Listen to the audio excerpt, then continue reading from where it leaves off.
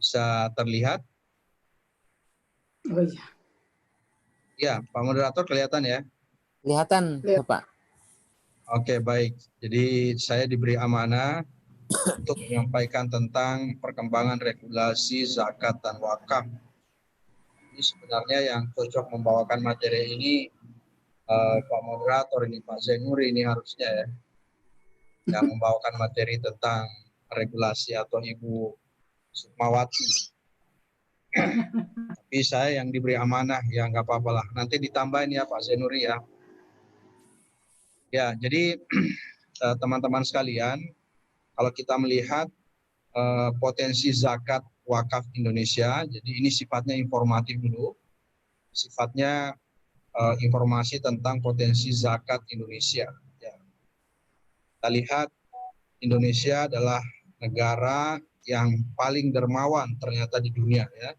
Dalam World Giving Index atau indeks kedermawanan dunia, ternyata Indonesia adalah negara yang paling dermawan, ya, negara yang paling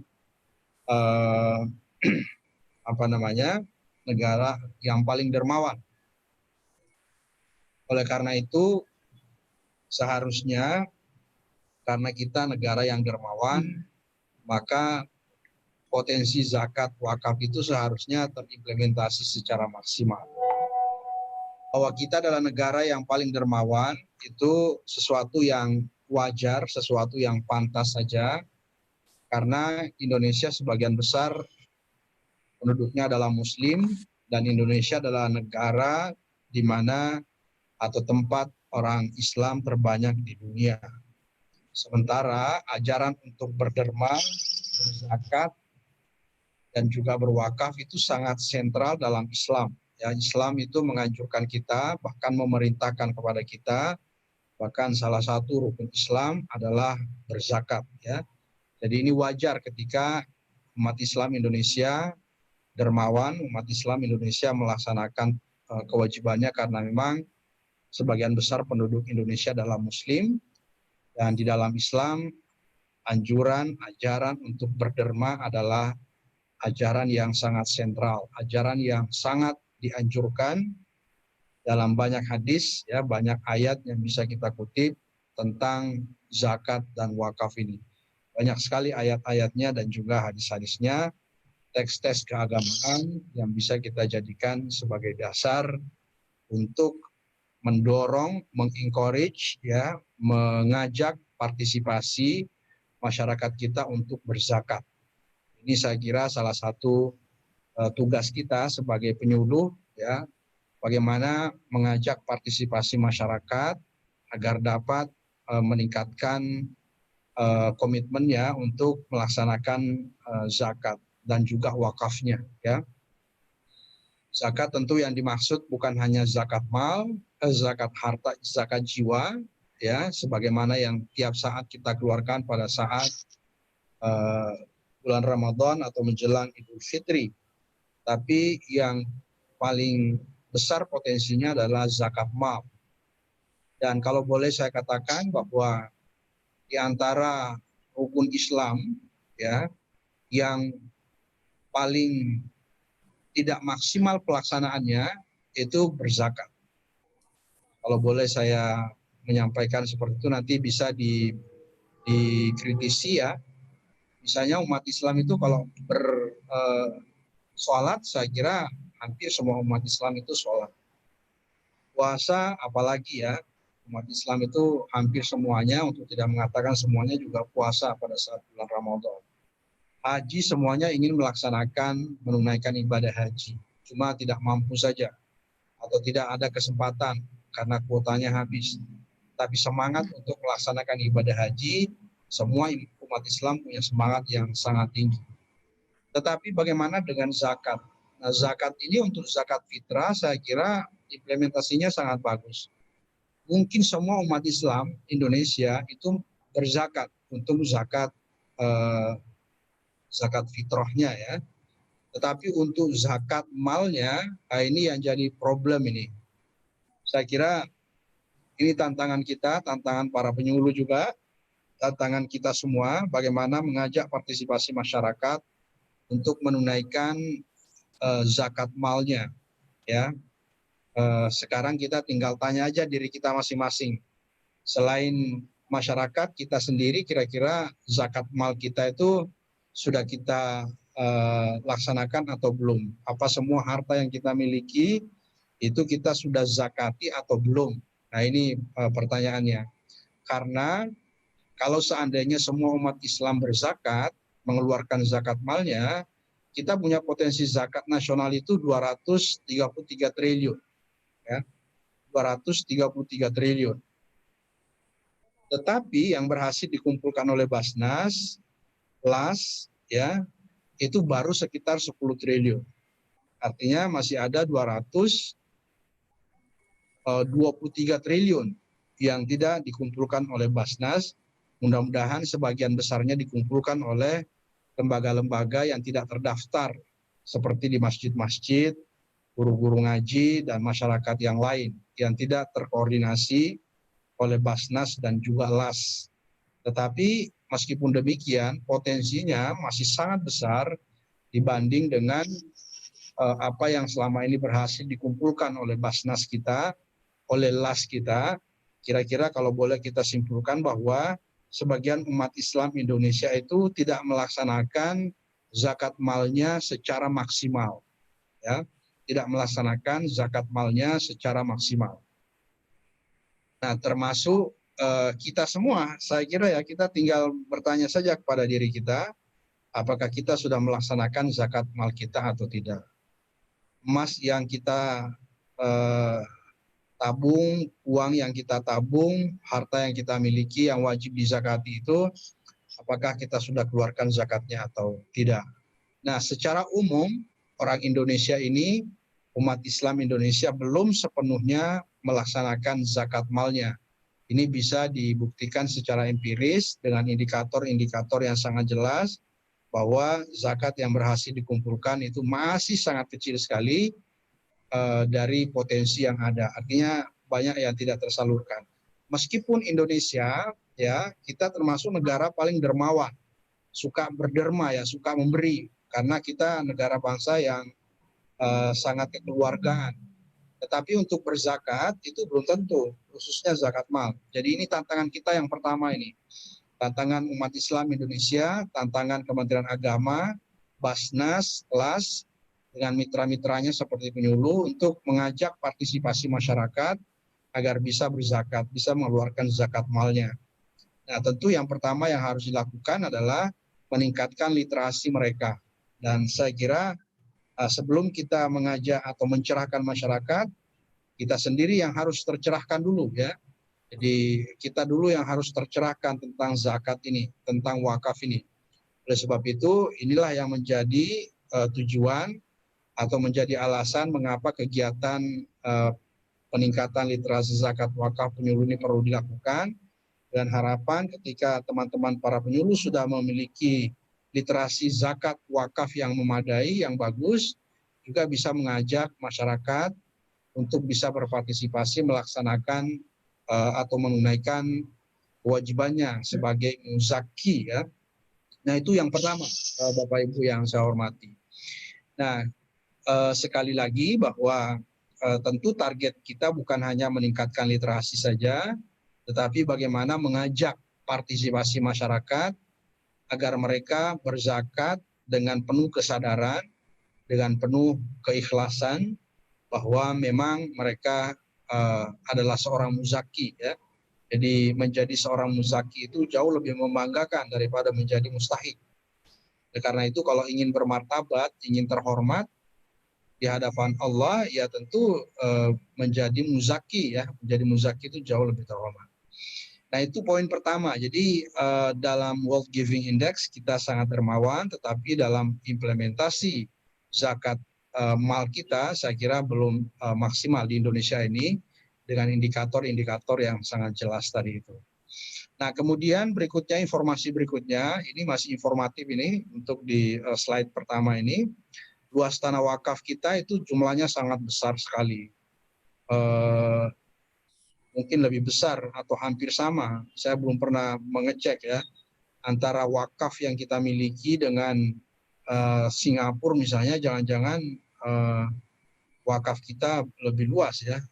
Jadi 500 juta meter persegi zakat kita itu luar biasa. Ini tanah wakaf kita ini paling besar di dunia saya kira ya.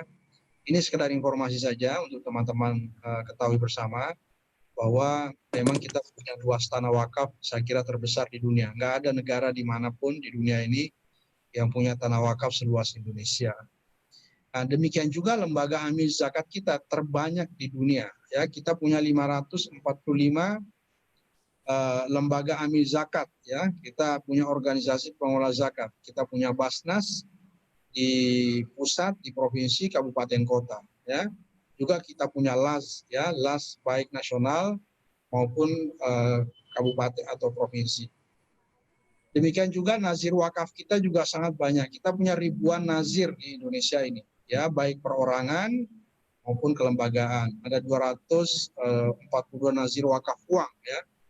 Kemudian ada 21 LKS PWU, ya, lembaga pengelola wakaf uang. Gitu.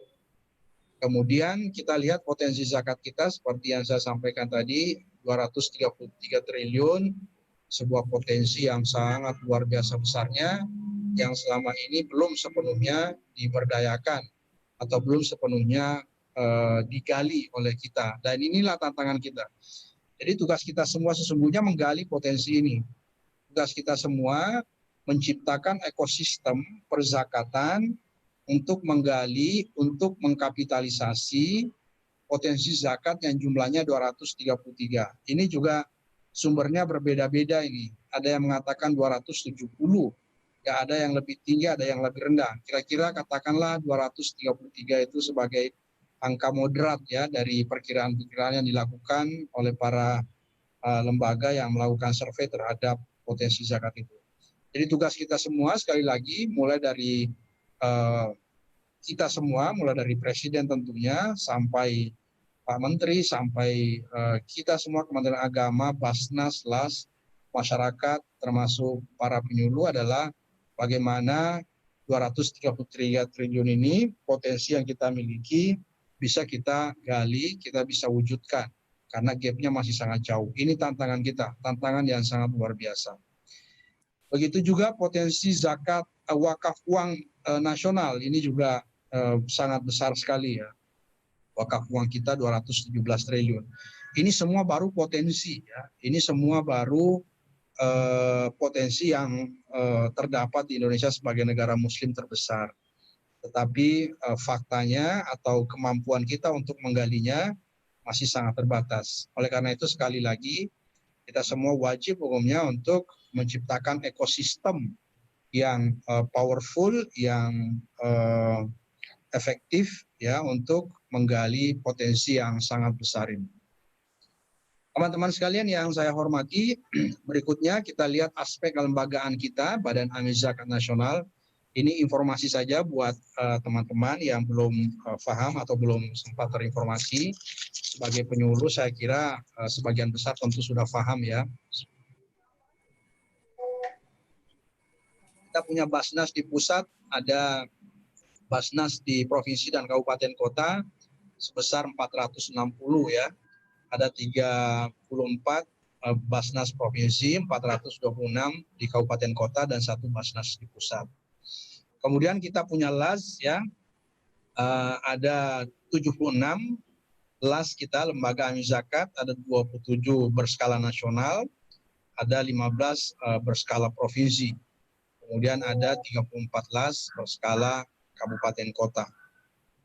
Kemudian mereka inilah yang melaksanakan pengumpulan zakat, pendistribusian, dan tentu pemberdayaan zakat kita. Nah dari semua ini, dari semua lembaga yang begini banyak ini, 462 Basnas dan 460 Basnas dan 76 LAS baru berhasil mengumpulkan zakat itu sekitar 10 triliun. Sementara potensinya masih sangat besar. Jadi ini tantangan LAS, tantangan Basnas, tantangan pemerintah, tantangan masyarakat ya, bagaimana mengajak masyarakat untuk bisa meningkatkan partisipasi dalam berzakat. Kemudian selanjutnya kalau wakaf kita ya, aspek kelembagaan wakaf dan nazir kita juga punya ribuan nazir tanah ya, 66% nazir kita perseorangan, kemudian ada 16% nazir organisasi, dan ada 18% nazir berbadan hukum. Ya.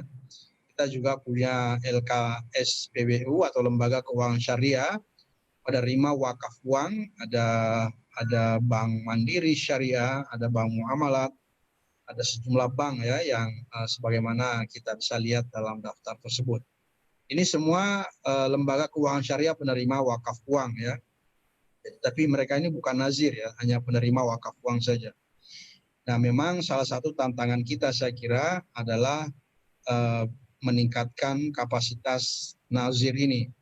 Nazir memang harus ditingkatkan juga kapasitasnya agar bisa mengkapitalisasi wakaf yang mereka kelola ya, amanah yang diberikan kepadanya, agar bisa melakukan langkah-langkah kreatif ya, langkah-langkah produktif untuk mengkapitalisasi dan menjadikannya produktif ya. Nah, kita lihat lembaga wakaf kita juga begini besar ya, cukup banyak juga.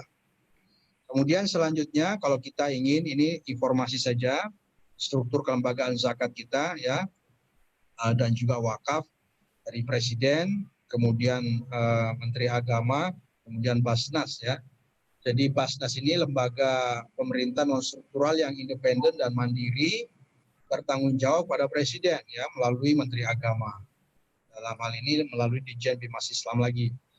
Jadi kita bersinergi ya. Jadi Kementerian Agama bersama dengan Basnas bermitra secara strategis untuk mewujudkan zakat yang hebat, wakaf yang keren tadi tagline yang disampaikan oleh Ibu Sukma tadi ya.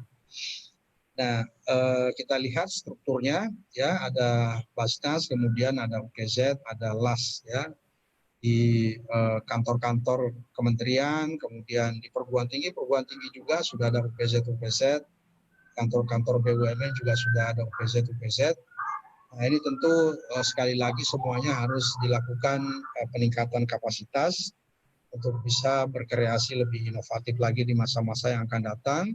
Dan tentu kita semua harus bersinergi ya untuk menciptakan ekosistem yang kokoh ya, unshakable ekosistem zakat dan wakaf ini. Begitu juga wakaf, kita lihat struktur kelembagaannya, ada Presiden, kemudian Kementerian Agama, kemudian BWI, kemudian Nazir, dan LKSPWU ya. Bapak Ibu yang saya hormati, teman-teman sekalian, selanjutnya sejarah regulasi zakat ya. Ini sejarah panjang regulasi zakat di Indonesia. Ya, ini regulasi ini dalam sebuah ekosistem perzakatan kita tentu menjadi hal yang paling fundamental ya, hal yang paling penting begitu. Kalau regulasinya tidak bagus, ya tentu kinerja kita pasti tidak bisa maksimal. Ya, kita lihat mulai dari tahun 51 sudah ada inisiasi sampai berproses ke 64, sampai kemudian ada undang-undang terbit pada tahun 1999 tentang pengelolaan zakat. Kemudian selanjutnya tahun 2000 ada keputusan Ditjen tentang pedoman teknis pelaksanaan zakat. Jadi sudah sangat teknis, semuanya sudah ada pedomannya. Ini semua harus dipahami oleh teman-teman penyuluh ya, harus dimiliki semua regulasi ini untuk bisa menjadi pedoman dalam melaksanakan tugasnya. Begitu juga sampai terbitnya Undang-Undang Nomor 23 ya tahun 2011 yang sekarang ini sedang diusulkan untuk dilakukan revisi ya undang-undang, karena undang-undang yang ada sekarang memang masih dianggap tidak maksimal ya, masih banyak kelemahan yang harus diperbaiki ya, termasuk diantaranya penguatan kelembagaan Basnas ya. Basnas selama ini juga kelihatannya masih secara regulasi memang tidak kuat karena Basnas pusat dengan Basnas daerah itu tidak memiliki jalur koordinasi yang kokoh menurut saya ya, karena misalnya Basnas provinsi itu diangkat oleh menteri dan Basnas hanya memberi rekomendasi saja. Kepada siapa Basnas daerah itu bertanggung jawab, itu bertanggung jawabnya kepada daerah, tidak kepada Basnas. Jadi Basnas pusat itu tidak punya garis instruksi yang kuat untuk Basnas di daerah. Jadi penguatan kelembagaan saya kira perlu dilakukan dan saya kira harus dilakukan revisi undang-undang tentang zakat yang terbit pada tahun 2011 ini. Begitu juga tentang pembiayaan ya, pembiayaannya juga masih sangat sederhana karena hanya membiayai sekretariat ya, belum membiayai yang lain-lainnya. Begitu juga tentang pengawasannya dan seterusnya. Jadi undang-undang perzakatan ini memang juga harus dievaluasi karena dinamikanya juga terus berkembang sehingga tentu harus ada evaluasi. Kemudian di wakaf juga sama ya, ini sejarahnya nanti kalau mau didalami silakan saja. Dari sisi regulasi dasar sesungguhnya sudah ada, tapi tentu masih perlu upaya-upaya penyempurnaan. Kemudian selanjutnya, ini saya kira yang sangat penting ini ya. Ya kita lihat dulu pendirian Basnas ya. Basnas ini adalah lembaga independen ya, lembaga resmi yang non struktural yang bertanggung jawab pada Presiden melalui Kementerian Agama. Ya. Jadi sudah ada undang-undangnya sesungguhnya. Jadi sesungguhnya sudah sangat kuat. Cuma materi undang-undangnya saya kira juga tetap harus kita evaluasi terus. Begitu juga wakaf ya, sama sebuah lembaga independen yang dibentuk melalui undang-undang. Jadi sangat kuat sekali. Saya kira ini yang penting untuk kita ketahui bersama ya, strategi utama Kementerian Agama pada peningkatan tata kelola zakat dan wakaf ya. Pertama ya, sosialisasi kampanye literasi zakat dan wakaf di semua elemen masyarakat. Nah, ini tantangan kita ini yang pertama. Jadi saya kira ada korelasi yang penting ya antara partisipasi masyarakat dengan tingkat literasinya. Ya. Asumsinya semakin tinggi literasi masyarakat, partisipasinya semakin tinggi, meskipun tidak selalu. Tapi kalau literasinya rendah, bisa dipastikan partisipasinya juga rendah. Jadi kita harus terus melakukan sosialisasi literasi zakat ini kepada masyarakat. Dan tentu kita awali kepada para penyuluh kita yang diharapkan nanti bisa mendiseminasikan literasi zakat ini kepada masyarakat. Ya. Yang kedua, pembinaan amil zakat dan nazir wakaf. Nah, ini juga penting karena zakat ini tentu tidak hanya dikumpulkan tapi juga didistribusikan. Bahkan pemanfaatannya ya juga harus dipikirkan secara profesional. Jadi dikumpulkan, kemudian didistribusikan, kemudian didaya gunakan ya, dikapitalisasi menjadi sesuatu yang lebih produktif ya, yang lebih bermanfaat untuk para mustahik. Dan ini tentu kinerja amil menjadi sangat penting. Amil profesional saya kira sudah menjadi sebuah keharusan ya, untuk menjadi seorang amil itu sudah wajib hukumnya untuk memiliki kemampuan, kompetensi profesional di bidang tata kelola zakat ini. Begitu juga nazir ya, nazir wakaf juga sama. Jadi produktivitas wakaf itu sangat tergantung pada kreativitas daripada nazir itu, sehingga menjadi sangat penting nazir untuk ditingkatkan kapasitasnya. Inilah tugas kita bersama, tugas Kementerian Agama, tugas Basnas dan juga tugas BWI sebenarnya, untuk terus bersinergi, bekerja sama, melakukan langkah-langkah penting ini. Begitu juga pengawasan audit syariah dan akreditasi lembaga zakat.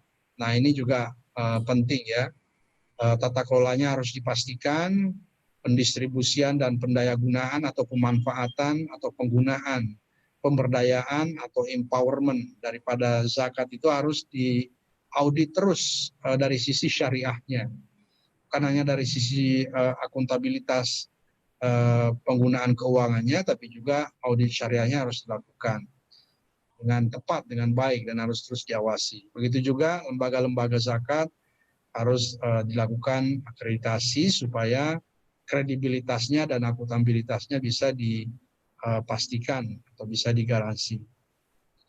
Pendataan dan manajemen informasi zakat dan wakaf tentu harus terus-menerus ditingkatkan juga ya, disempurnakan, dimaksimalkan. Kemudian pendampingan program pemberdayaan zakat dan wakaf. Nah, ini semuanya sangat penting sekali kita lakukan. Begitu juga pengamanan mutasi harta benda wakaf. Di sini ada Pak Zainuri ya. Jadi teman-teman sekalian, yang saya sampaikan ini hanya informasi-informasi makro saja. Kira-kira terkait dengan kebijakan Kementerian Agama ke depan untuk meningkatkan kualitas lembaga-lembaga zakat dan wakaf di Indonesia, meningkatkan kinerjanya agar partisipasi masyarakat semakin tinggi, sehingga masyarakat atau umat Islam bisa kita intervensi, bisa kita afirmasi untuk meningkatkan kesejahteraannya, sehingga tujuan utama institusi zakat dan wakaf itu terwujud atau tercapai dengan semakin berkurangnya angka kemiskinan di Indonesia, semakin banyaknya yang bisa kita afirmasi dan bisa kita intervensi. Demikian Pak Moderator yang saya sempat sampaikan, dan saya mohon maaf, saya tampaknya harus segera meninggalkan tempat karena saya ada tugas lain yang juga tidak kalah pentingnya yang harus saya ikuti. Di selanjutnya silakan dilanjutkan jika masih ada waktu oleh Ibu Wida Sukmawati bersama dengan Pak Zainuri ya, untuk bisa memberikan insight atau pencerahan lebih lanjut. Saya kira demikian, kurang lebihnya mohon dimaafkan. Wabillahi taufiq wal hidayah. Wassalamualaikum warahmatullahi wabarakatuh. Waalaikumsalam warahmatullahi wabarakatuh.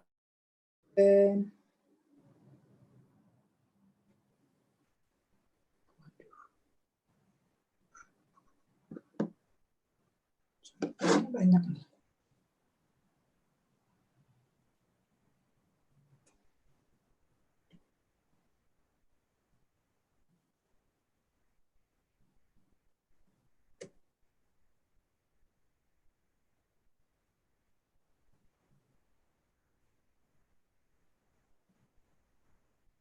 Ya, Pak Zainuri silakan dilanjut. Saya pamit ya. Ya, terima kasih Pak Dirjen. Terima kasih. Salam semuanya, salam hormat kepada seluruh teman-teman penyuluh dan para peserta pada sesi diskusi virtual ini. Terima kasih. Assalamualaikum warahmatullahi wabarakatuh. Saya izin pamit ya Bu ya, Bu Wida ya. Ya, Dirjen, ya terima kasih Pak Dirjen.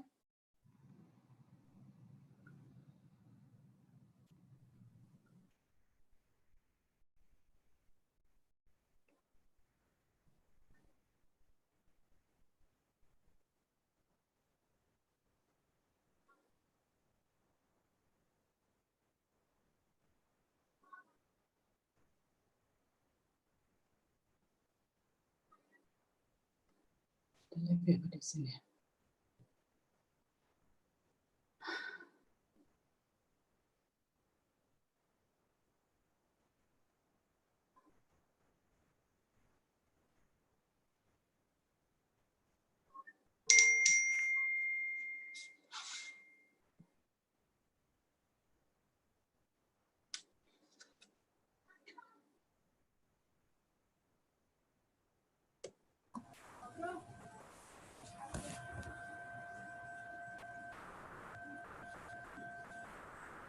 Terima kasih para peserta semuanya dan Ibu Wida Kasubdit yang cantik yang saya hormati.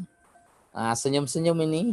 Nah, depan kita senyum semua, jadi peserta nggak ngantuk ini. Ini jam-jam ngantuk. Ya, toh? Jadi jam 11 ini mulai jam ngantuk. Jadi kita untuk acara selanjutnya diberi amanah oleh Pak Dirjen. Bagaimana acara ini, apa masih perlu dilanjut?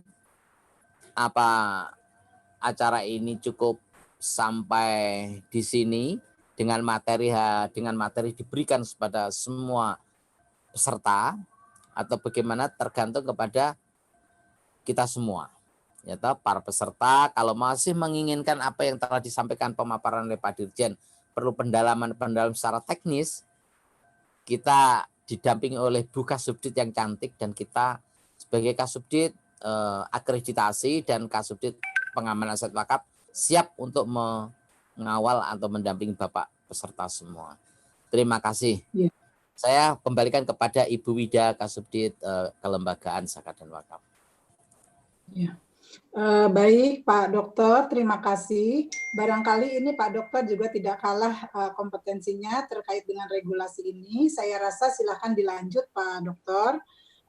Mungkin kepada diskusi ya, karena Pak Dokter ini kan untuk regulasi ya memang bidangnya lah, memang adanya di sana. Barangkali silakan Pak Dokter Jainuri untuk barangkali teman-teman saat ini kita buka sesi diskusi. Seperti itu ya Pak Dokter ya?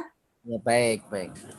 Pak Dokter sebagai narasumbernya untuk kita membuka sesi diskusi. Silakan barangkali host bisa membantu kira-kira siapa dari teman-teman penyuluh, dari peserta yang ingin bertanya atau yang ingin mengenal lebih jauh terkait dengan regulasi zakat dan wakaf. Tentunya ini harus diskusi ini cukup menarik dan sangat menarik, dan tentunya harus diketahui oleh para penyuluh agama semuanya tentunya Pak Dokter ini. Saya rasa seperti itu Pak Dokter ya.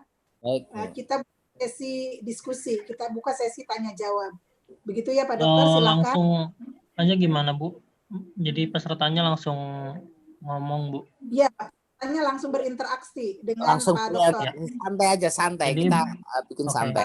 Untuk para peserta kelas literasi pada pagi hari ini bisa ngangkat tangannya melalui fitur raise hand.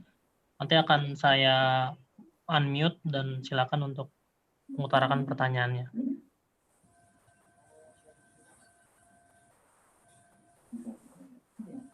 Yang pertama dari Badrun ya Pak.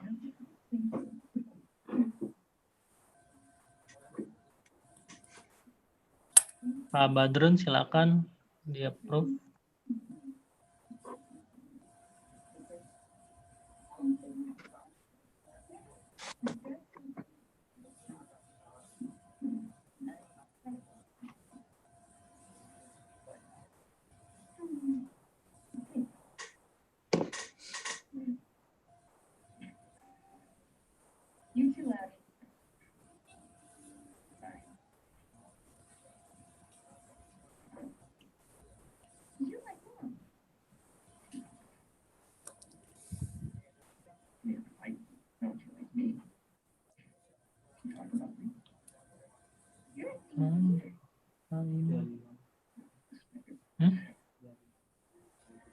Oh, bisa.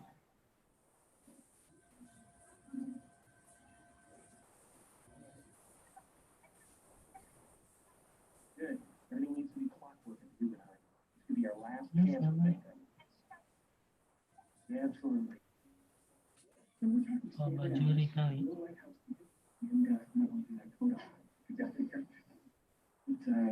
Ini ada yang mau unmute.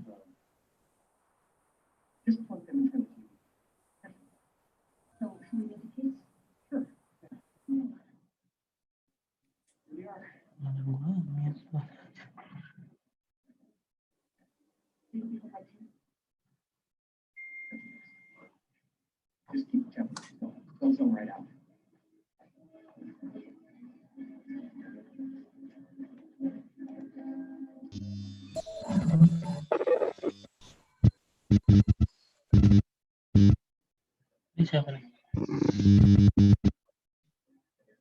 Izin Pak, saya mau. Boleh Pak, silakan Pak Rusdi pertanyaannya Pak. Ya. Assalamualaikum warahmatullahi wabarakatuh. Assalamualaikum warahmatullahi wabarakatuh. Perkenalkan Pak, nama saya Rusdi Sibagariang, sarjana hukum Islam, penyuluh agama Islam, PNS, Kemenak, Kabupaten Tapal Tengah, Provinsi Sumatera Utara. Sebenarnya ada beberapa hal yang mau saya tanyakan tadi langsung kepada Pak Dirjen, namun Pak Dirjen langsung duluan ke lain. Tapi tak masalah, mungkin ada Bapak yang lain dan Ibu yang lain yang menjadi narasumber pada hari ini. Yang pertama, seperti yang disampaikan oleh Pak Dirjen tadi, dalam materi yang disampaikan itu bahwa ada sekitar 426 Basnas Kabupaten Kota yang sudah ada, kemudian ditambah dengan 34 lembaga amil zakat Kabupaten Kota. Yang jadi pertanyaan saya di sini, Pak, sebetulnya antara Basnas, kemudian lembaga amil zakat, dan paling bawah lagi ada disebut dengan unit pengumpul zakat ataupun UPZ itu semuanya adalah sama-sama melaksanakan tugas, dan yang lebih sebetulnya sebagai ujung tombak lagi di paling bawah yang bekerja di tengah-tengah masyarakat itu adalah unit pengumpul zakat gitu. Nah, di setiap daerah yang ada itu yang diberikan honor oleh pemerintah daerah itu adalah hanya sebagai pengurus Basnasnya saja gitu. Sementara untuk zakat dan unit pengumpul zakatnya yang langsung bersentuh masyarakat itu tidak ada sama sekali diberikan, Pak. Jadi ini mungkin mohon pertimbangan dan mungkin bisa diberikan masukan kepada mungkin pihak pemerintah dan Kementerian Agama dalam hal ini agar persoalan ini bisa mungkin juga bisa adalah pemerataan gitu. Nah, sementara yang menjadi ujung tombak yang langsung bersentuh dengan masyarakat itu adalah sebetulnya adalah unit pengumpul zakat itu sendiri gitu. Kenapa yang hanya diberikan adalah honor itu hanya pengurus Basnas daerah saja gitu. Kemudian kenapa yang kedua pertanyaan, kenapa pengurus Basnas di daerah itu yang diangkat bukan orang-orang Kementerian Agama yang paham tentang persoalan zakat dan wakaf ini? Nah, ini pertanyaannya.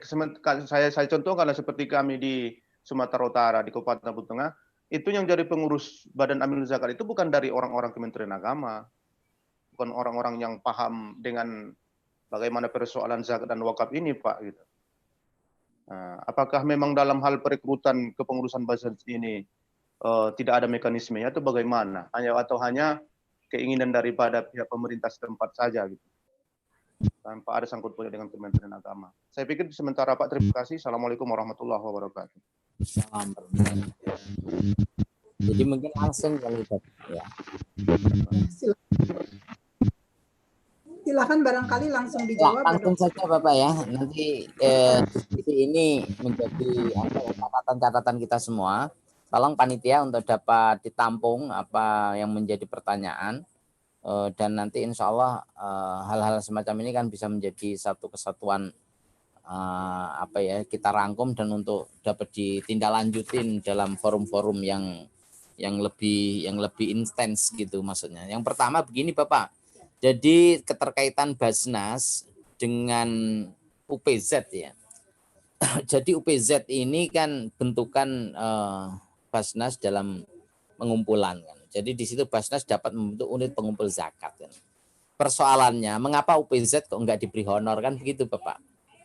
Ya rata-rata UPZ ini bentukan Basnas karena perintah undang-undang. Pertama, kita dari segi hukum ya.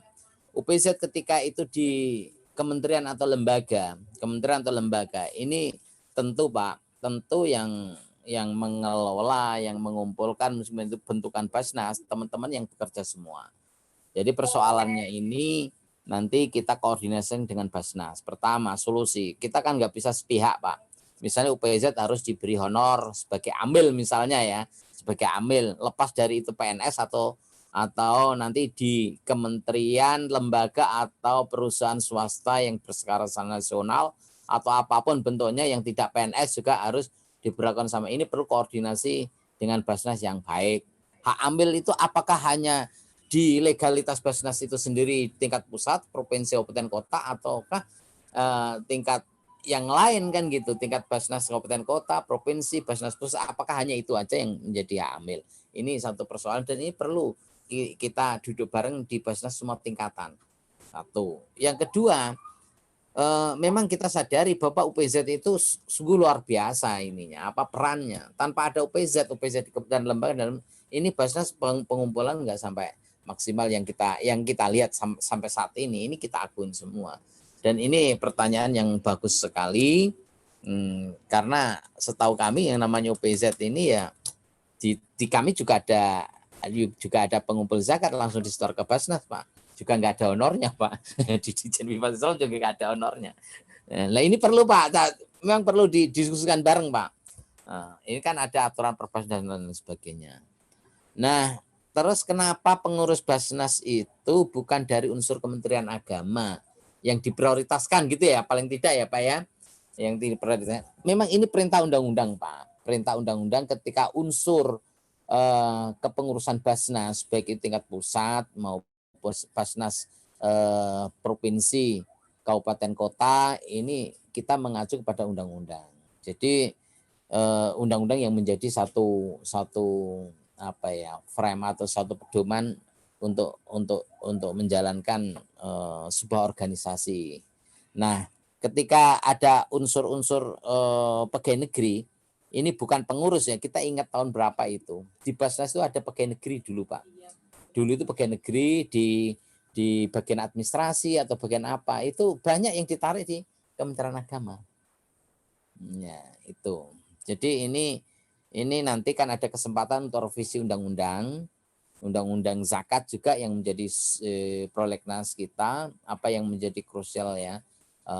Mengapa zakat yang disampaikan Pak Dirjen tadi 233 triliun sampai saat ini hanya 10 triliun ya. Padahal regulasi ini sudah cukup, terus keputusan secara teknis sudah cukup, organisasinya sudah cukup ya, badannya mulai pusat sampai ke kabupaten kota ada, bahkan UPZ sampai kecamatan ada, terus kelas-kelas juga berskala nasional, provinsi, kabupaten kota juga sudah di mana-mana ada. Mengapa sampai saat ini? Apakah tidak dilaporkan semua atau bagaimana? Ini kan belum ada satu penelitian yang mengarah ke sana. Penelitian potensi. Memang jago di Indonesia, kalau potensi itu jago, tapi implementasinya memang 10% atau 5% itu sudah luar biasa. Itu mungkin Pak ya, untuk sementara itu, karena ini jawaban secara teknis banget dan belum ada contoh di kita ini dapat honor sekian, nggak ada gitu. Jadi itu Pak, jadi catatan kita Pak. Alhamdulillah ini Pak. Terima kasih. Ya. Berikutnya barangkali Mas Rizky. Dibuka berikutnya.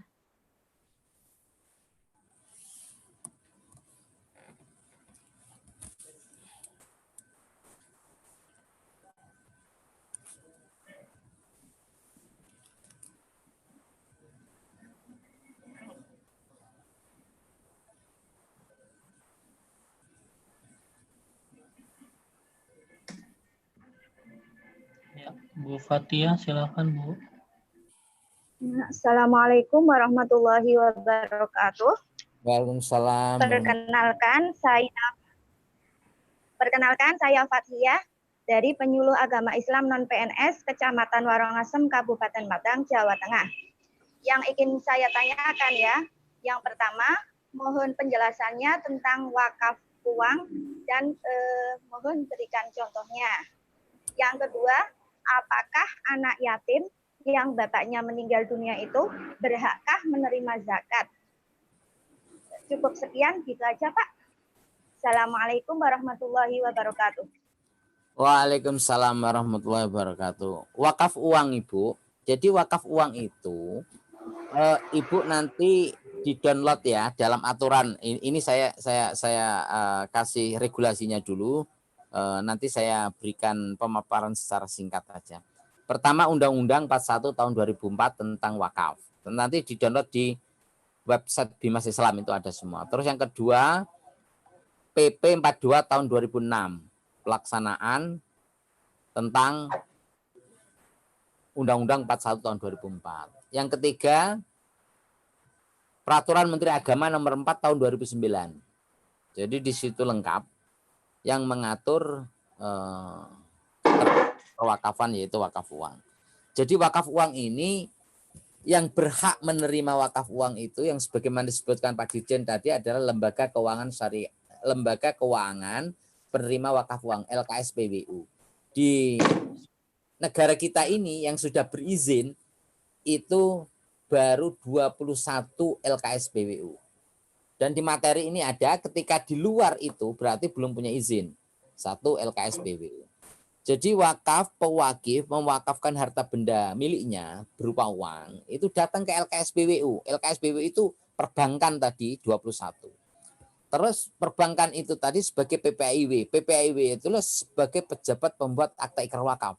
Jadi orang perbedaan antara harta benda wakaf dan tidak wakaf itu ditentukan dalam dokumen satu akta ikrarnya.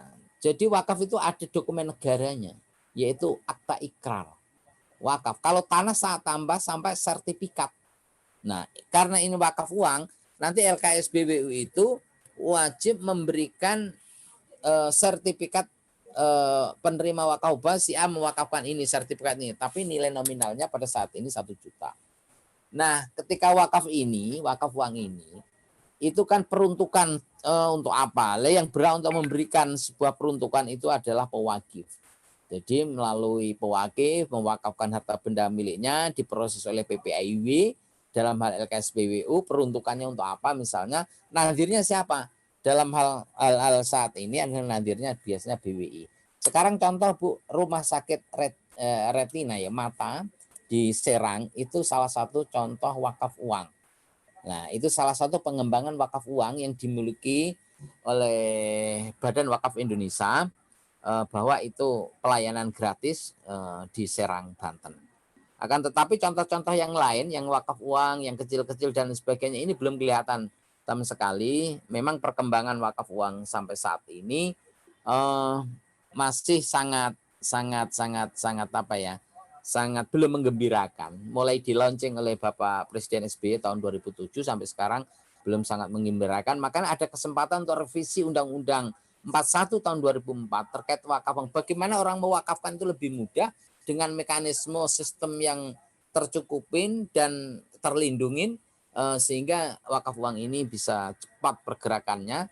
Dan alhamdulillah sekarang Kementerian Keuangan juga sudah menerbitkan Kes wakaf leng sukuk dalam satu lembarnya itu udah 50 miliar. Nanti peruntukannya juga untuk rumah sakit mata dan penanggung jawab atas penerbitan leng sukuk itu adalah Kementerian Keuangan, Kemenkyu. Nah, alhamdulillah ini jadi wakaf uang sudah mulai bergerak dan ini ketika undang-undang revisi ini nanti diperkirakan pembahasan tahun ini. Dan mohon doa restu semoga tahun 2021 sudah bisa masuk itu ke Dewan dan bisa menjadi pembahasan dalam waktu 1-2 tahun atau 3 tahun bisa selesai. Ya itu kita tunggu saja dan mohon doa restu kalau ada hal-hal yang menjadi catatan-catatan menjadi bahan kita untuk mengkonsep revisi undang-undang itu. Itu Bu mungkin yang bisa kami sampaikan ya Bu untuk wakaf uang. Terima kasih. Satu lagi Pak Dokter terkait dengan anak yatim, apakah bisa menerima zakatnya? Sangat-sangat bisa Ibu. Anak yatim itu sangat-sangat bisa, termasuk fakir, miskin, ya toh, dan lain sebagainya. Itu di aturan regulasi kita, bukan gini, aturan hukum positif kita terkait perzakatan Undang-Undang Nomor 23 tahun 2011, PP 14 tahun 2014, ya toh. Terus sampai kepada keputusan Menteri nomor 733 tentang audit kepatuhan syariah itu salah satu di situ ada. Jadi 8 asnaf. Apalagi anak yatim Ibu.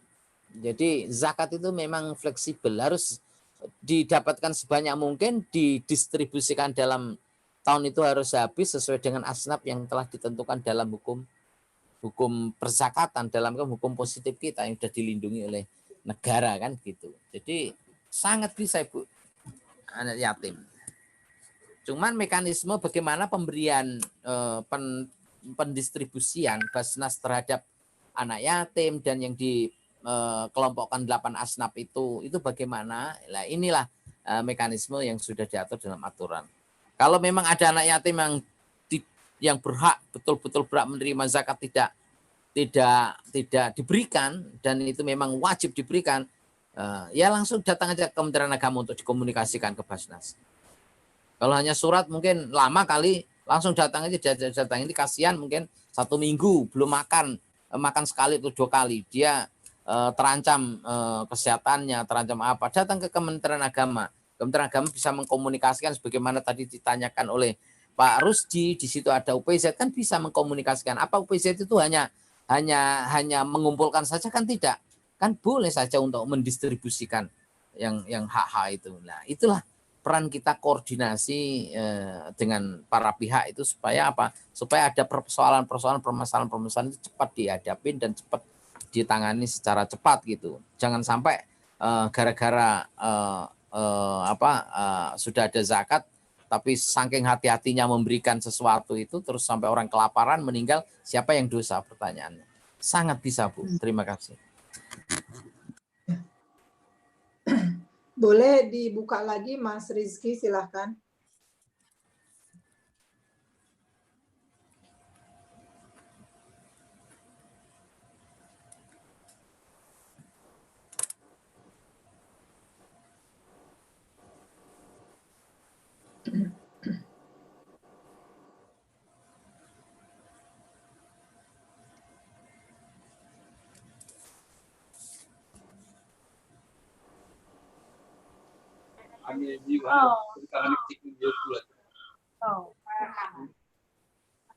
Masih dalam proses.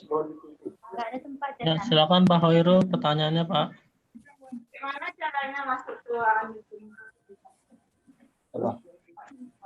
Itu apa? Ada wakak di situ.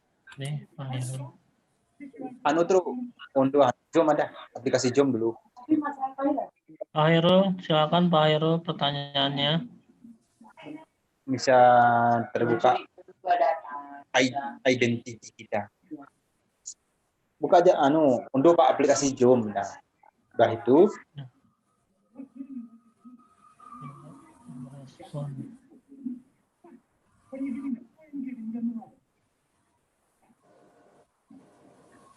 Nggak dengaran suaranya, Pak Khairul. Belum kedengeran ya? Ya, di unmute aja.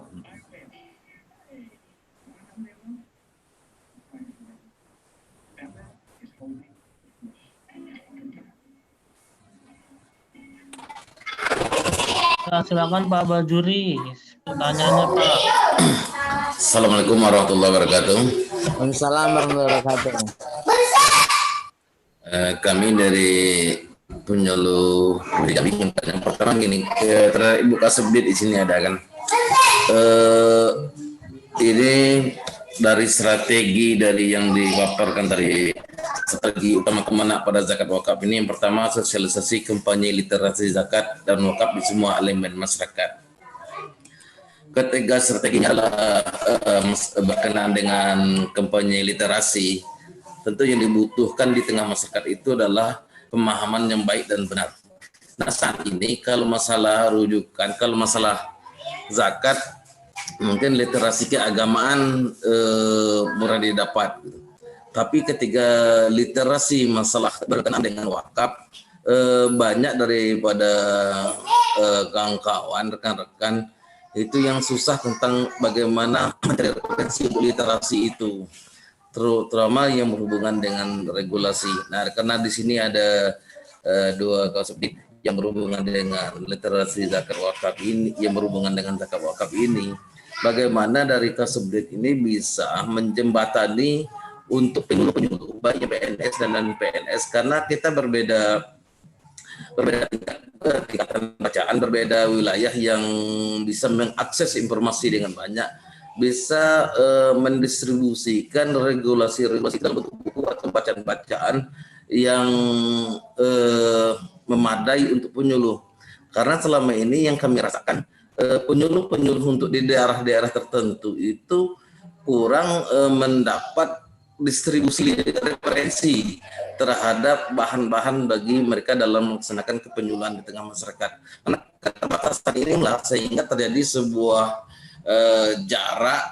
jarang ditampilkan hal yang berkenaan dengan hal zakat dan wakaf ini. Ya. Ini paling penting karena kampanyenya adalah kampanye literasi. Ketika kampanye literasi itu ingin dilakukan tanpa disokong oleh referensi yang kuat, dia akan menjadi sebuah kendala di tengah dalam pelaksanaan ini yang saya rasa sangat penting bagi Kementerian Agama, karena dalam beberapa tahun terakhir Kementerian Agama itu sangat jarang mensupport mendistribusikan referensi-referensi untuk penyuluh. Mungkin ini saja karena ini masalah berhubungan dengan kampanye literasi. Terima kasih. Assalamualaikum warahmatullahi wabarakatuh. Assalamualaikum warahmatullahi wabarakatuh. Terima kasih Bapak telah memberikan masukan yang sangat berharga ya. Jadi mungkin ada beberapa hal ya Pak yang implementatif dari program tahun 2021. Dalam pengamanan aset wakaf contohnya, kami sudah memprogramkan terkait sensus tanah wakaf. Jadi di situ nanti akan tergambar bagaimana sensus itu bisa menampakkan kondisi tanah, potensi sampai menghitung bagaimana tanah ini potensinya sampai kepada lingkungan, perpolitikannya, perekonomian dan lain sebagainya. Dan kami akan manfaatkan betul kerjasama antara penyuluh, staf KUA, Kemenak sampai Kanwil. Jadi ada tingkat-tingkatannya dan ini per titik ini akan kami hitung. Kira-kira satu titik berapa? Ini akan ada kosnya. Jadi nanti instrumennya kami lengkapin, BIMTEK-nya kami lengkapin sehingga itu akan menjadi mudah nanti akan ini. Semoga doakan aja program ini dan sudah kami sebar program ini ke 34 provinsi dan insya Allah 2021 kalau nggak ada halangan bisa dilaksanakan oleh kawan-kawan kita penyuluh. Penyuluh kita itu luar biasa, 45 sampai 50 ribu. Bayangkan kalau kita bisa menggunakan potensi beliau itu tokoh masyarakat. Kami paham pernah bersinggungan dengan penyuluh. Beliau itu termasuk garda terdepan di kita. KUA kita juga garda terdepan. Jadi penyuluh itu informatif dalam hal penyelesaian kasus misalnya. Penyuluh itu sangat memberikan informasi yang sangat detail dan beliau langsung terjun di tengah-tengah masyarakat. Ini ada beberapa kasus, ada beberapa daerah yang memang penyuluh itu benar-benar mempunyai peran yang sangat penting. Cuman persoalan sekarang itu kita kan situasi pandemik ini Pak, ada beberapa program yang kita programkan betul-betul, tapi belum bisa kita jalankan secara maksimal. Ya, virtual ini yang menjadi satu solusi ketika pemberian penyampaian informasi ini yang paling efektif ya di virtual atau lewat web, lewat Google dan lain sebagainya atau yang sudah disiapkan di Bimas Islam tapi tidak semua itu bisa mengakses. Nah, untuk itu Bapak dan Ibu dan terima kasih atas masukan itu dan penyuluh itu bisa digunakan semua di unit Eselon 2 Direktorat Jenderal Bimbingan Masyarakat Islam. Baik itu di penerangan jelas, terus urusan agama Islam, terus Direktorat Zakat Wakaf. Nah, terus mungkin dalam hal-hal istilahnya dalam hal-hal urusan agama Islam, misalnya kayak paham keagamaan misalnya, itu informatifnya lebih cepat. Saya yakin tidak hanya sebatas pertanyaan Bapak aja bisa dikembangkan itu. Dan nanti betul-betul penyuluh itu menjadi satu mitra kita yang benar-benar kita handalkan ke depan. Sekarang alhamdulillah kan penyuluh yang dulu 500 non PNS sekarang sudah menjadi 1 juta dan semoga lancar kan itu penggajiannya sampai Desember kan. Kan gitu kan. Sedikit Pak Jari, boleh sedikit. Maksud saya gini, kalau dulu ketika saya jadi penyuluh dulu gitu, di awal-awal di mengangkat itu kan sering ada distribusi buku-buku atau peraturan-peraturan untuk penyuluh. Nah, dalam beberapa tahun terakhir ini itu saya rasa tidak terjangkau atau mungkin ada kemandekan, maksudnya didistribusi dari pusat sampai ke wilayah. Karena bisa didatakan satu kecamatan 8 penyuluh dan PNS, sekian penyuluh PNS. Artinya ketika Kementerian Agama mengatakan bahwasanya penyuluh itu adalah garda terdepan, tetapi garda terdepan itu tidak disokong dengan dengan pembacaan yang baik, dengan literasi yang baik. Tentu literasi itu kan butuh referensi. Nah, referensi itulah yang saya ingin. Kan banyak kan di sekian direktur di Dirjen Bimas, kemudian sekian banyak. Iya, iya. Barangkali saya tambahkan Pak Dokter ya. Iya, yang literasi Bu. Cukup. Ya, jadi ini apa Pak? Layar namanya Pak Baijuri. Iya. Bapak Pak Herul Baijuri, Pak Herul Baijuri ya. Nah, Pak Bajuri aja Bu, Bajuri toh. Iya, ya mungkin terkait dengan literasi zakat dan wakaf Pak. Untuk para penyuluh, memang kami dari Direktorat Pemberdayaan Zakat dan Wakaf baru menggandeng penyuluh agama Islam, baik PNS maupun non-PNS, terkait dengan keilmuan zakat dan wakaf itu kita awali di tahun 2019. Kenapa penyuluh? Karena penyuluh merupakan elemen garda terdepan kami Bimas Islam untuk bisa menyampaikan literasi terkait dengan zakat dan wakaf. Hal ini juga kami lakukan berdasarkan hasil survei indeks literasi zakat dan wakaf yang sudah dilakukan oleh Direktorat Pemberdayaan Zakat dan Wakaf. Tingkat pemahaman masyarakat terhadap zakat maupun terhadap wakaf itu masih perlu ditingkatkan. Untuk zakat itu lebih baik satu ada wakaf. Kalau zakat itu tingkat pemahamannya sudah berada di level itu ada di poin angka 66,47% tingkat pemahamannya. Kemudian untuk wakaf itu tingkat pemahamannya sangat rendah sekali. Itu masih di poin angka 59%. Nah, ini tentunya perlu kiat-kiat, perlu gerakan-gerakan bagaimana caranya meningkatkan literasi zakat dan wakaf. Tentunya ini juga sangat berhubungan dengan peningkatan keilmuan para penyuluh agama Islam di Indonesia, baik itu PNS maupun non-PNS yang sekarang kita punya datanya itu sekitar 50.000 penyuluh. Nah, kami itu berupaya keras Pak dari tahun 2000 terkait dengan bahan mungkin yang sifatnya hard copy, mungkin itu agak terkendala dengan mungkin seperti itu. Tapi Bapak dan Ibu tidak perlu kecewa karena kita pun punya ilmu-ilmu, maksudnya punya sumber-sumber terkait dengan zakat maupun itu ada di IG literasi zakat dan wakaf. Silahkan Bapak dan Ibu follow itu. IG literasi zakat dan wakaf. Kemudian untuk itu ada berita-berita aktual dan ada juga Twitter Zakat Wakaf Today. Itu juga informasi-informasi terkini mengenai zakat dan wakaf. Kemudian kami juga punya FB, itu literasi zakat dan wakaf. Silahkan Bapak dan Ibu bergabung ke sana. Semua penyuluh silahkan boleh bergabung ke sana dan itu sangat baik sekali dan kami sangat mengapresiasi. Kemudian Pak, 2019 itu kami melakukan pelatihan kepada para penyuluh, walaupun ini karena offline, jadi kami sesuai dengan ketersediaan anggaran yang ada di kami, itu ada yang namanya lokal latih tunas muda agen of change ekonomi syariah. Nah, ini kami rekrut dari para penyuluh seluruh Indonesia. Kami punya hanya memang kami baru punya sebanyak 80 karena 80 orang.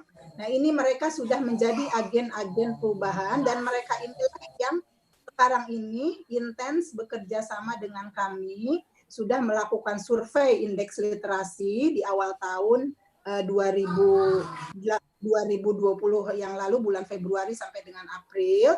Kemudian saat ini mereka juga akan turun juga ke lapangan itu melakukan survei dana penghimpunan dana ZIS non kelembagaan.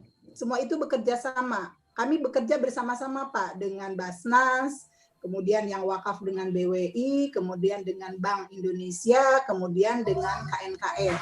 Jadi kita untuk memajukan zakat dan wakaf ini kita semuanya menggandeng stakeholder.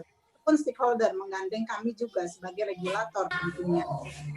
Pak, untuk saat ini kita juga membuka beberapa kelas yang salah satunya itu yang baru dibuka kemarin itu adalah kelas e-learning ekonomi syariah zakat dan wakaf.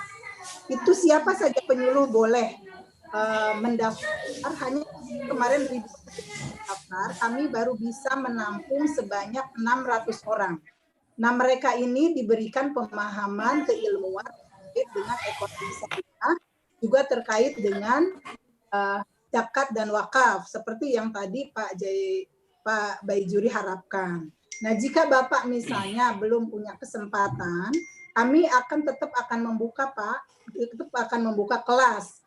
Kenapa daring? Karena ini di samping juga kondisi pandemi saat ini yang lebih cocok adalah daring. Dan kenapa daring? Karena daring bisa menjangkau lebih luas para penyuluh yang ada di masyarakat. Jadi kami juga ingin terus meningkatkan kapasitas penyuluh karena mereka ini berdasarkan Bapak dan Ibu itu adalah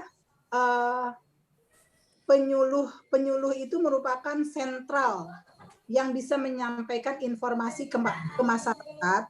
Itu sudah dibuktikan oleh survei yang kami lakukan. Itu survei indeks literasi. Rata-rata masyarakat itu mendapatkan pemahaman terkait dengan zakat dan wakaf itu adalah oleh para penyuluh, oleh para ustadz dan ustazah, dan mereka mendapatkannya itu rata-rata di pengajian di majelis taklim sebanyak 48% untuk zakat dan sebanyak 36% terkait dengan wakaf. Nah, mungkin untuk wakaf kita memang membutuhkan perhatian yang lebih khusus karena terkait dengan wakaf ini pemahaman masyarakat itu memang lebih rendah dibandingkan dengan zakat. Jadi Bapak tidak perlu khawatir, artinya bukan tidak perlu khawatir, ada solusi. Ketika Bapak tidak mendapatkan informasi secara hard copy, buku, atau mungkin modul-modul, atau mungkin majalah, atau mungkin koran, dan lain sejenisnya, Bapak bisa follow IG literasi zakat dan wakaf. Itu insya Allah Bapak mendapatkan apa yang Bapak inginkan dan tentunya Bapak dan Ibu di sini yang diinginkan. Kita ada IG literasi zakat dan wakaf, kita juga ada Twitter Zakat Wakaf Today, kemudian kita juga ada FB yang namanya literasi zakat dan wakaf. Silakan Bapak akses ke sana dan tentunya silakan juga mengikuti kelas-kelas kami Pak. Mengikuti kelas-kelas kami yang kami buka karena target kami untuk tahun 2020-2021 semua penyuluh sebanyak 50.000 itu bisa teredukasi. Minimal mereka memiliki pemahaman tingkat dasar untuk nanti meneruskan kepada masyarakat. Tentunya kan Bapak juga menginginkan informasi yang jelas, informasi yang benar, informasi yang bisa dipertanggungjawabkan. Insya Allah saya berterima kasih dan mengapresiasi semua para penyuluh ini yang luar biasa. Jadi saya punya agen opceng ekonomi syariah itu sebanyak 80 orang kurang lebih Pak. Mereka itu intens, mereka itu masif menyebarkan informasi terkait zakat dan wakaf dan mereka berpartisipasi langsung ke masyarakat dengan melakukan survei. Otomatis keilmuan mereka terkait dengan zakat dan wakaf ini bertambah. Mudah-mudahan ini dari Pak Jainuri ya apa yang Pak Jainuri sampaikan tadi, apa yang saya barusan ini saya sampaikan bisa sedikit memberikan gambaran kepada Pak Jainuri, kepada Pak Baijuri dan teman-teman lainnya tentunya. Ya baik, kita lanjut barangkali ya Pak. Silakan barangkali kalau ya.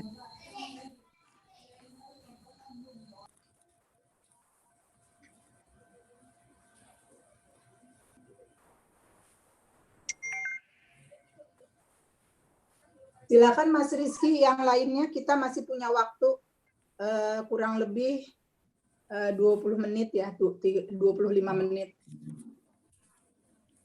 Bu, ini ada pertanyaan di kolom komentar, saya izin membacakan ya, Bu.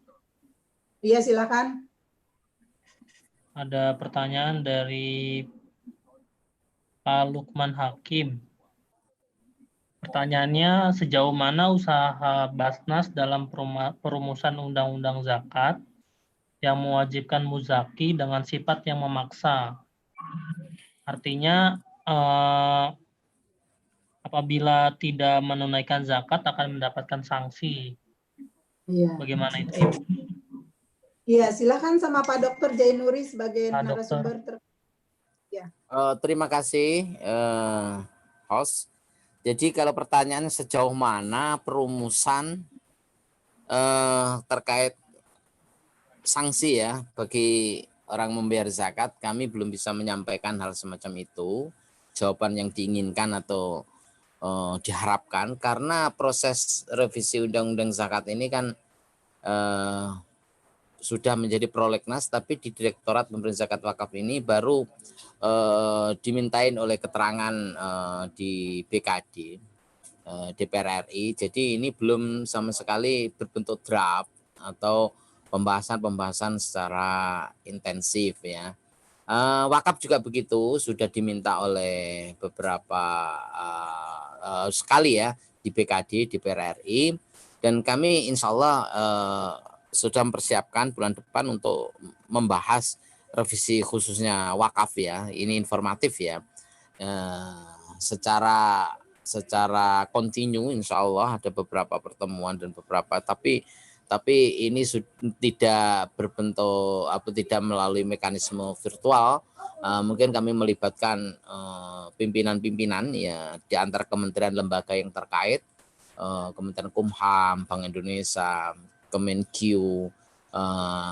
BPN, terus dan lain sebagainya. Zakat juga mungkin masih perlu waktu panjang, dalam arti untuk sampai kepada draft naskah akademik atas perubahan pasal berapa yang mau dirubah, apa yang menjadi alasan yang sangat mendasar dan lain sebagainya, sehingga nanti draft-draft itu menjadi DIM, daftar inventaris masalah, menjadi naskah akademik untuk dirumuskan menjadi draft, disampaikan kepada Dewan Perwakilan Rakyat dan untuk dirapatkan bersama-sama. Jadi ini jawaban ini masih belum bisa kami sampaikan karena belum ada hasil yang untuk menjawab untuk itu. Itu mungkin itu yang perlu dipahamin bersama ya. Terima kasih Bu Ida. Ya. Silakan Mas Rizky yang lain untuk bertanya kepada Pak Dr. Jainuri. Silakan Pak Alam Sulut. Ya. Waktu dan tempat. Assalamualaikum warahmatullahi wabarakatuh. Terima kasih atas waktunya, Pak Materi dan juga moderator. Terkait Basnas, ya, terkait zakat, sekarang kan Kementerian Agama juga sedang menandakan survei ya tentang kuesioner transparansi dan juga kepatuhan syariah. Ada beberapa hal memang saya kira penyuluh. Saya kebetulan penyuluh agama Islam non-PNS Kota Tomohon, Sulawesi Utara, dan juga sebagai enumerator IKS OPZ sekarang lagi bekerja. Dan memang kendala di lapangan ternyata ada banyak sekali OPZ yang atau Basnas yang tidak mempunyai kajian syariah. Jadi akhirnya ketika terjadi penyaluran yang di luar asnaf zakat seperti surah At-Taubah ayat 60 yang disebutkan 8 asnaf, ini akan terjadi sedikit miss, Pak. Bahkan di antara komisioner Basnasnya. Bisa jadi zakat disalurkan kepada di luar asnaf. Dan saya kira mungkin contohnya ketika tadi ada pertanyaan bagaimana tentang apakah anak yatim boleh dapat zakat. Saya kira kalau anak yatimnya kaya ya nggak dapat. Karena anak yatim tapi bapaknya kaya raya misalkan. Kan dia berarti punya harta banyak. Maka nggak berhak karena dia tidak masuk asnaf. Apakah mu'alaf, saya di Tomohon yang mu'alafnya cukup banyak. Apakah mu'alaf dari tahun 50, dari tahun 70, udah puluhan tahun, 30-an tahun masih dianggap mu'alaf. Ini juga menjadi kadang-kadang pertanyaan di lapangan, Pak. Jadi kalau boleh usul, saya minta ada kepada penyuluh khususnya diberikan kayak sejenis SOP tentang literasi zakat. Kajian syariahnya khususnya yang kontemporer. Dari 8 asnaf itu sekarang siapa? Bahkan ada pertanyaan, apakah Ustadz ini sabilillah atau bukan? Sabilillah itu yang perang di jalan Allah. Sekarang mana? Ya saya kira Ustadz ya sabilillah, Kiai sabilillah. Ya begitu. Jadi mungkin bisa diperjelas Pak tentang kalau ada materi tolong di-share, karena tadi saya lihat share itu yang materi saya download baru materi tentang slide-nya Pak Dr. Kamarudin tadi, Prof. Kamarudin tadi. Belum ada materi lain yang lebih mencerahkan. Dan yang kedua, pertanyaan yang kedua Pak, tentang wakaf uang. Kebetulan kami ada di sini wakaf uang. Tapi setelah saya tanya tentang wakaf tunai, bahasanya di sini wakaf tunai, itu dia tidak dipinjamkan atau tidak diberikan kepada perorangan, tapi hanya lembaga. Dan itu pun bukan diberikan, hanya dipinjamkan. Apakah sebenarnya ada SOP khusus tentang wakaf uang atau wakaf tunai? Setahu saya yang pegang wakaf tunai di sini dia di bawahnya BWI. Ya. Kemudian yang ketiga tadi juga penjelasan dari Prof. Kamarudin bahwa belum ada jalur khusus antara jalur dari Basnas pusat ke Basnas daerah di tingkat kota atau kabupaten. Ketika ada yang tidak sesuai syariah, kita sebagai penyuluh melihat misalkan di Basnas A atau Basnas B, dia melakukan sesuatu yang di luar syariah atau di luar ya kacamata umum, dia menyalurkannya tidak pada tempatnya. Kepada siapakah kita harus melapor? Audit syariahnya sebenarnya dari siapa? Apakah wali kota, apakah bupati? Karena setahu saya Basnas kan SK-nya bupati wali kota. Sedangkan khususnya di beberapa daerah di Sulawesi Utara itu bupati maupun wali kotanya orang non-muslim. Jadi saya kira memang jalur birokrasinya Basnas pusat dengan Basnas kota harus diperjelas. Mungkin itu saja Pak. Terima kasih atas waktunya. Assalamualaikum warahmatullahi wabarakatuh. Mungkin langsung saja Pak ya, terkait bagaimana tadi 8 asnaf ini perlu ada SOP dan lain sebagainya. Mungkin kalau hal-hal semacam ini kan kita sudah punya aturan perundang-undangan yang disebutkan dalam makalah Pak Dirjen dan kita sendiri. Terus yang kedua terkait apa yang menjadi pertanyaan fakir, miskin atau yatim tadi atau hak-hak yang lain, ketika tidak adanya satu penjelasan atau aturan pelaksanaan yang jelas, bagaimana hal ini harus ada kajian-kajian. Nah, tentu kita kan punya Majelis Ulama Indonesia ya, dalam hal yang berhak mengeluarkan fatwa dalam hal pelaksanaan yang di luar implementatif di dalam aturan-aturan peraturan perundang-undangan itu. Yang kedua terkait masalah wakaf uang ya. Wakaf uang itu sebetulnya mekanisme sudah diatur dalam regulasi dan implementasinya dari LKSPWU yang disampaikan tadi. Cuman mekanismenya di dalam peraturan Himpunan Peraturan Badan Wakaf Indonesia ini juga sudah dituangkan bagaimana mekanismenya sampai bagaimana sertifikatnya dan lain sebagainya, sertifikat wakaf uang ketika LKSPWU itu mengeluarkan, dan bagaimana wakaf uang bisa berjangka atau bisa selamanya. Itu semua sudah tertulis dan sudah ada mekanisme yang harus. Cuman persoalannya ketika kita belum melakukan hal ini ya, misalnya saya membaca undang-undang, saya membaca aturan-aturan yang lain, mekanisme ini hafal banget misalnya kita hafalkan, tetapi saya belum pernah praktek ini, saya wakafkan uang misalnya. Ini lebih hanya teoritis gitu. Ketika saya sudah menguasai ini terus saya praktek dalam wakaf uang, melakukan wakaf uang itu sendiri di LKSPU, kesulitan apa? sehingga kita bisa cerita secara nyata gitu. Untuk selama ini memang wakaf uang ini banyak berbicara di Badan Wakaf Indonesia yang bikin regulasi, akan tetapi kita dalam hal ini mempunyai kewenangan pengawasan. Memang tidak ada salahnya kalau kita membuat SOP, para pihak itu melakukan langkah-langkah sesuai dengan mekanisme yang ada, supaya apa? Supaya masyarakat semakin percaya. Dan betul peran dari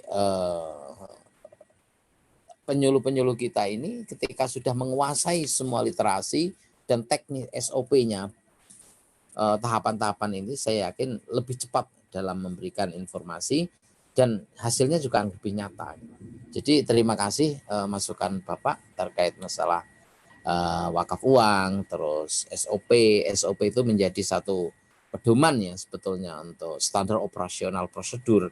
Jadi prosedurnya bagaimana ini. Nah, itu terima kasih Pak terkait masukannya.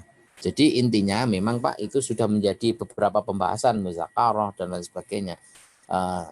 Bagaimana lembaga-lembaga yang punya kewenangan untuk mengeluarkan fatwa. Saya yakin Direktur Pemberian Zakat Wakaf harus meningkatkan diskusi-diskusi dengan lembaga-lembaga dimaksud, dalam Majelis Ulama yang harus kita gandeng terus Badan Amil Zakat Nasional, terus nanti produk-produknya juga bisa dinikmatin semua. Itulah yang bisa kami sampaikan Pak ya terkait bagaimana nanti ke depan zakat dan wakaf itu. Terima kasih.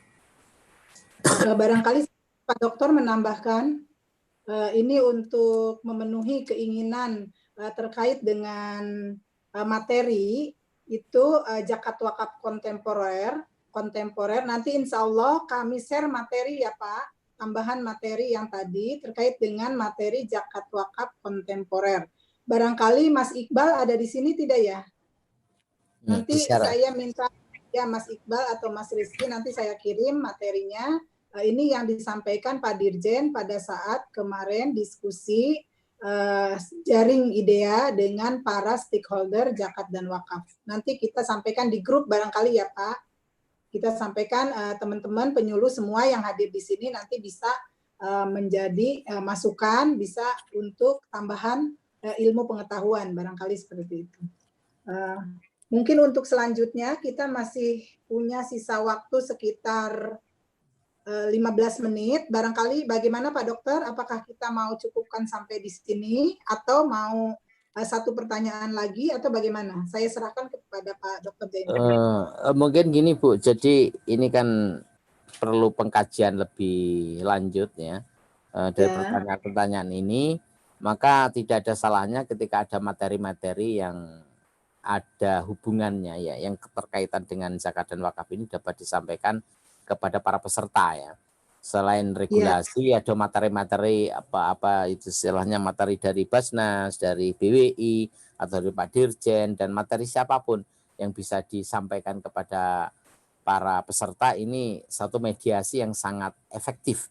Saya yakin sangat efektif ketika ada peserta 100 kita kasih materi 100 memberikan kepada orang 300 memberikan kepada orang 500, alhamdulillah menjadi amal jariah kita semua. Itu mungkin ya Bu ya yang bisa kami sampaikan pada kesempatan kali ini. Dan saya mohon maaf pada pertemuan kali ini dadakan ya Bu, dadakan dan semoga puas tidak puas nanti kita bisa berlanjut lagi gitu Bu. Jadi dibuka lagi literasi kelas lain, metode yang lain, tema yang lain supaya lebih menarik dan tidak terlalu capek. Kalau tiap hari misalnya 3 kali Zoom, virtual dan lain sebagainya, ini kan harus ada hiburan yang bisa kita nikmatin, peserta dengan narasumber dan moderator. Ini yang harus kita nanti pikirkan ke depan. Gitu ya. Nanti boleh mungkin untuk sisa waktu ini dari para penyuluh ada yang bisa berkasidah, silahkan. Nah, kalau itu maksudnya. Jangan jenuh terhadap pertanyaan, perjawaban ini. Saya yakin itu media-media ini memang kebiasaan kita langsung face to face, terus penelaahan verifikasi dokumen, penyelesaian kasus dan lain sebagainya. Kita menghadapin langsung. Lah ini menghadapin kita kayak ini ya. Nah, inilah harus kita dukung apa yang ya inilah. Nah, saya melihat Bu Ida di virtual sama lihat langsung kan lain kan. Nah, kan begitu. Beda kan? ya. Iya, begitu sama lihat semua begitu. Jadi berbeda lah, Bu. Ya, oke. Ya, Terima berbeda. kasih semua. Mohon maaf ya kalau ada hal-hal yang kurang berkenan. Saya mohon maaf sekali lagi. Mungkin saya serahkan kepada Ya, Bu Bu, Wida. pesertanya saya unmute ya. Bu Wida. Ya, silahkan